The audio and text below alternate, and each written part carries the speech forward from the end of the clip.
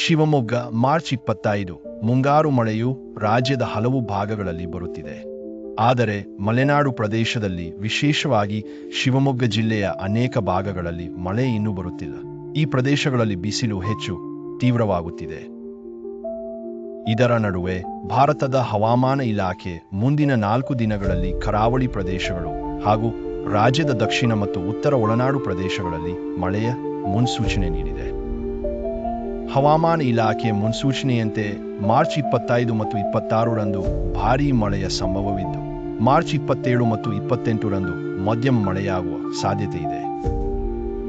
ಹವಾಮಾನ ಇಲಾಖೆಯ ಮುನ್ಸೂಚನೆಯ ಪ್ರಕಾರ ಶಿವಮೊಗ್ಗ, ದಕ್ಷಿಣ ಕನ್ನಡ, ಉತ್ತರ ಕನ್ನಡ, ಉದಯಪುರ, ಬಾಗಲಕೋಟೆ, ಬೆಳಗಾವಿ, ಧಾರವಾಡ, ಗದಗ, ಹಾವೇರಿ, ವಿಜಯಪುರ, ಚಾಮರಾಜನಗರ, ಚಿಕ್ಕಮಗಳೂರು, ಹಾಸನ, ಕೊಡಗು ಮತ್ತು ಮೈಸೂರು ಜಿಲ್ಲೆಗಳಲ್ಲಿ ಮಳೆಯಾಗುವ ಸಾಧ್ಯತೆ ಇದೆ.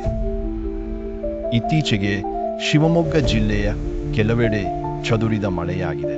ಆದರೆ ಜಿಲ್ಲೆಯ ಬಹುಭಾಗಗಳಲ್ಲಿ ಬೇಸಿಗೆಯ ಮಳೆಯೂ ಇನ್ನೂ ಪ್ರಾರಂಭವಾಗಿಲ್ಲ. ಮತ್ತೊಂದೆಡೆ ಬಿಸಿಲಿನ ತೀವ್ರತೆ ದಿನದಿಂದ ದಿನಕ್ಕೆ ಹೆಚ್ಚುತ್ತಿದ್ದು, ಏರುತ್ತಿರುವ ತಾಪಮಾನ ಸಾರ್ವಜನಿಕರಿಗೆ ಹೆಚ್ಚಿನ ತೊಂದರೆಯನ್ನು ಉಂಟುಮಾಡುತ್ತಿದೆ.